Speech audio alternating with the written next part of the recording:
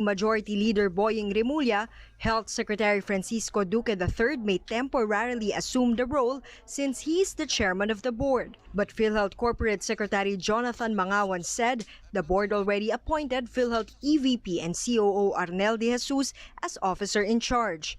However, lawmakers doubt if De Jesus can fulfill the responsibilities since he too recently excused himself from investigations due to medical reasons. Mangawang admitted though that board did not discuss De Jesus's health condition when they made the decision. Lawmakers also raised the issue of PhilHealth officials filing immediate resignations, as in the case of PhilHealth Legal Chief Jojo Del Rosario. Cavite Representative P.D. Barzaga asked if this was in accordance to the 30-day notice rule of the Civil Service for career officials. He said this may spur more sudden resignations within the agency. Despite this, Del Rosario attended today's probe wherein he clarified his role in the questionable procurement of millions worth of computers from a blacklisted company.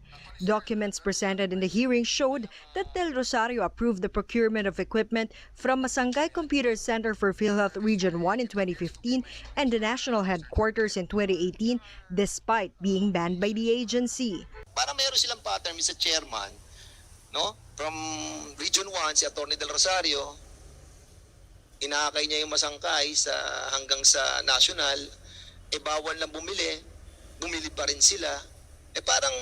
That is not a fair statement, Mr. Chairman. Del Rosario explained that the awarding of contracts is being handled by the Bids and Awards Committee. Lawmakers also grilled former PhilHealth Legal Chief Edgar Asuncion over the agency's questionable settlements with Accenture and Cardinal Santos Medical Center several years ago. Civil Service Commission Chairperson Alicia Bala also faced the House panel, denying reports that she advised colleagues to suppress information on PhilHealth cases. She also denied accommodating the PhilHealth Board's alleged request to waive some qualifications for select positions. For News 5, Ria Fernandez, We Are One News. 30. Apart from questioning officials, the Joint House panel cited in contempt PhilHealth Resource Speaker Atty. Rogelio Pucalyan. This after lawmakers learned that Pucalyan supposedly advised the PhilHealth Board that they can overturn a Court of Appeals ruling to suspend a Cebu-based hospital that was found to have extended a patient's confinement. Pucalyan will be detained at the House of Representatives until Monday. PhilHealth services will continue despite the resignations of its president and another top official. That is the assurance being given by Health Chief Francisco Duque III. He says the agency's usual reimbursement to its beneficiaries will continue and payment for hospitals will remain unhampered despite the COVID-19 pandemic. PhilHealth President Ricardo Morales and Senior Vice President Rodolfo Del Rosario Jr. stepped down on Wednesday. Meanwhile, Malacanang says the search is on for the next leader of the agency, which now faces mounting allegations of corruption and irregularities. Para spokesman Harry Roque says the next PhilHealth president should not have been involved in any corruption allegations. He or she should also have the right managerial skills, knowledge in insurance, and a background in community and public health. Police Chief General Archie Gamboa has rejected calls to relieve the entire police force of Jolo, Sulu following the death of Army intelligence officers at the hands of the PNP. Instead, Gamboa wants to raise the police force in the province after the twin blast in Jolo, unless there is evidence establishing criminal involvement or other lapses leading to the attack. Gamboa said the PNP maintains full confidence in their ground personnel. Senator Risa Ontiveros earlier floated the idea of relieving the entire Jolo police force to allay doubts that some of its members have links to the two female suicide bombers. Senator Bato de la Rosa also said Major Marvin Indamog and the three major Army officers had been in pursuit of the bombers. The 4 Army officers were killed by police forces last June. PNP Chief Archie Gamboa has tasked the CIDG in the meantime to conduct an investigation on the group that is pushing for a revolutionary government with President Duterte as its leader. Gamboa says the CIDG was also tapped to determine if charges leading to arrest would have any basis. He also denies that the country's police force is involved in the said plans. This comes after a letter inviting him to a meeting was leaked to media. The president himself has distanced himself from the possibility of putting up a revolutionary government in his address this week. The president said responding to the coronavirus pandemic that has infected more than 200,000 in the country remains government's top priority. The Philippine Statistics Authority will push through with the 2020 census of the population in September under a new normal setup. Undersecretary Dennis Mapa says data enumerators will follow health protocols when interviewing residents for 20 to 30 minutes. The PSA has been coordinating with local officials for the conduct of the census. Data collection will be done face-to-face. The families may opt to answer the 8-page questionnaire by themselves or be interviewed through a phone call or online. The census was originally scheduled for May but had to be postponed due to the COVID-19 lockdowns. 2 Filipinos and a Swiss national were arrested in a drug buy-bust operation in BF Home subdivision in Parañaque earlier today. Authorities said the suspects' usual buyers were so-called rich kids who frequented major clubs in the metro to party. They confiscated 200 tablets of ecstasy with an estimated value of more than 300,000 pesos. PDEA said other foreign nationals working with the suspects in the illegal operation. They are now conducting follow-up operations to trace them. More stories when we return after a short break. Please stay with us.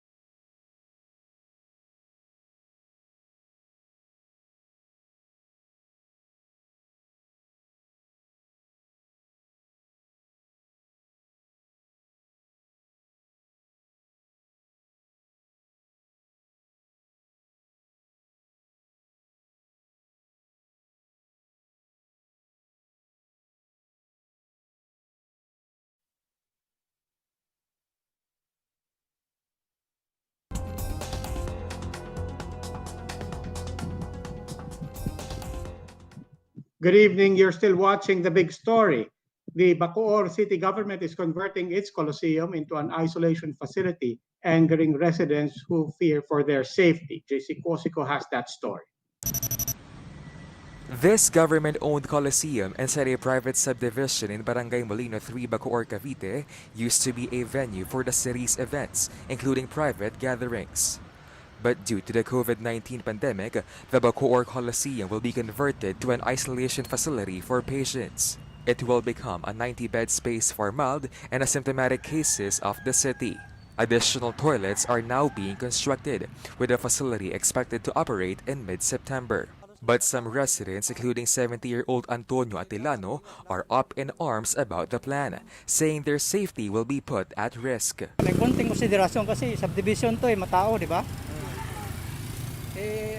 Wala kami magagawa kung pagpipilit ng mayor namin na gagawin quarantine facilities to.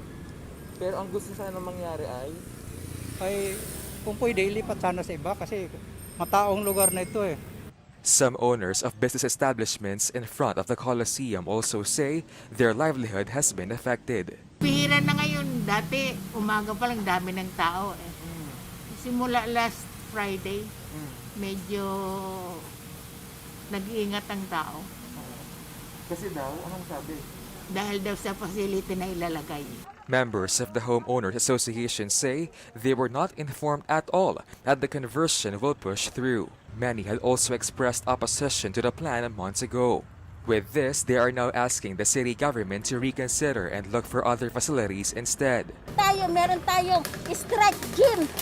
Kung na kailangan dapat doon yung muna ilagay. Marami tayong option na pwede paglagyan.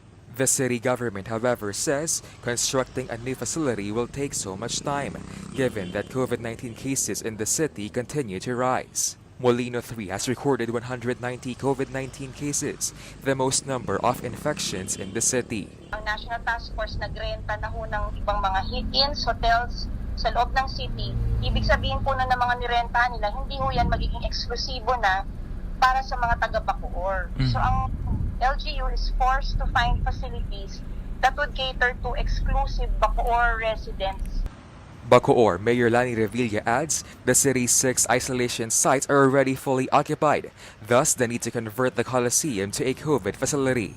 She also says the DOH, IATF, and the DPWH have also approved this, emphasizing that residents shall not worry as safety protocols will be in place. We will be constructing a perimeter wall for this facility, CCTV cameras, additional security, plus the Department of Health will be helping us man this facility. So rest assured, I will not endanger the people in that area. As of August 26, Bacoor City has recorded 1,464 COVID-19 cases, 657 of which are considered active cases. For News 5, JC Cosico, we are One News. Over in Laguna, a government building will be converted into a mega quarantine facility that will house at least 650 COVID-19 patients and frontliners.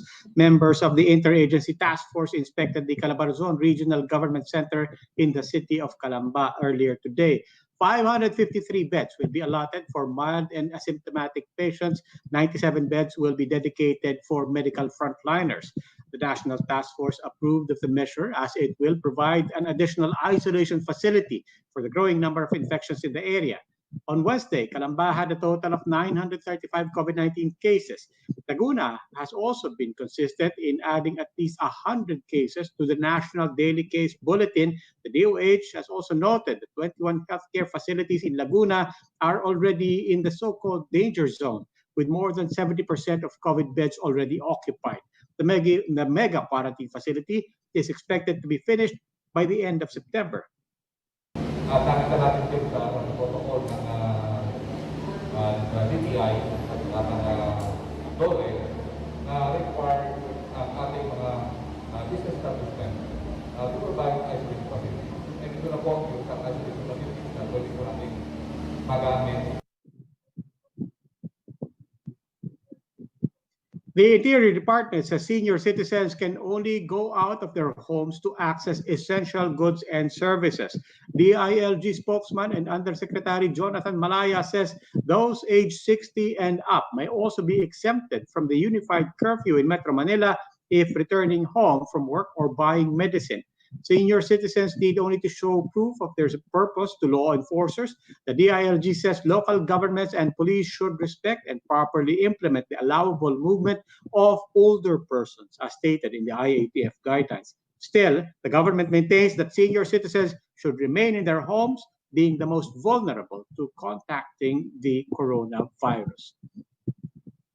Let's take a quick look at today's COVID-19 numbers. As reported by the Department of Health, there are now more than 3,000 new coronavirus infections tallied on Thursday. That brings the total to 205,581. Active cases, meanwhile, have reached over 68,566. More patients have recovered. That brings the total recoveries to nearly 134,000. Of the 97 deaths reported today, more than half, around 57, happened in previous months. Total death toll now is at 3,234. The country's debt may surpass 10 trillion pesos by year end and swell to as much as 12 trillion pesos in 2021 as government raises borrowings to address the COVID-19 pandemic. The Budget Department says Philippines' outstanding debt may climb to 10.16 trillion pesos, up from nearly 8 trillion pesos in December last year. The DBM said state borrowings could climb further by the end of 2021. The ramped-up borrowings seek to put a plug to a widening budget deficit due to higher spending on COVID-19 response. Despite ballooning debt, economic managers remain confident the country's debt is still manageable and should be kept within the 60% recommended threshold. The U.S. has imposed sanctions on Chinese firms and executives involved in the reclamation and militarization activities in the South China Sea. The U.S. Commerce Department has blacklisted 24 Chinese companies who supposedly played a role in helping the Chinese military construct artificial islands in the disputed waters.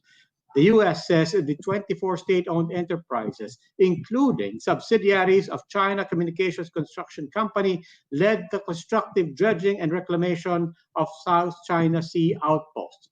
Meanwhile, the U.S. State Department says they will bar the entry of Chinese nationals who were responsible or complicit in Beijing's coercion against other claimants in the disputed region. Washington adds that individuals' immediate family members will also be subject to the same treatment.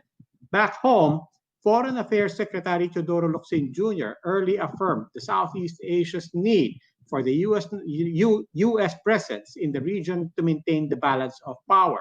China has claimed almost the entire South China Sea, parts of which are also being claimed by the Philippines, Brunei, Malaysia, Taiwan, and Vietnam. And the bubble has burst. The NBA bubble, that is, after several teams opted to boycott today's playoff games to protest the shooting of another black man in the United States. First, it was the Bucks ditching their match against the Magic, then the Rockets and the Thunder followed suit. This prompted the league to postpone the remaining games for today. Players have set a meeting with NBA officials to discuss how they could proceed, if ever, with the playoffs. That's according to ESPN. The Athletic, meanwhile, is reporting that LeBron James, the Lakers, and the Clippers voted to boycott the remainder of the season. The move follows the shooting of Jacob Blake last Monday in Kenosha, Wisconsin. Police fired 7 bullets into his back as 3 of his 6 children watched. Protests have erupted in the city against yet another case of police brutality and alleged racism. And that wraps up today's big story. Catch us again tomorrow, 8 p.m. on Signal Channels 8 and 250. Please like our Facebook page, One News, for more in-depth analysis. Visit our webpage, onenews.ph. I'm Robbie Alampay. We are One News. Good evening.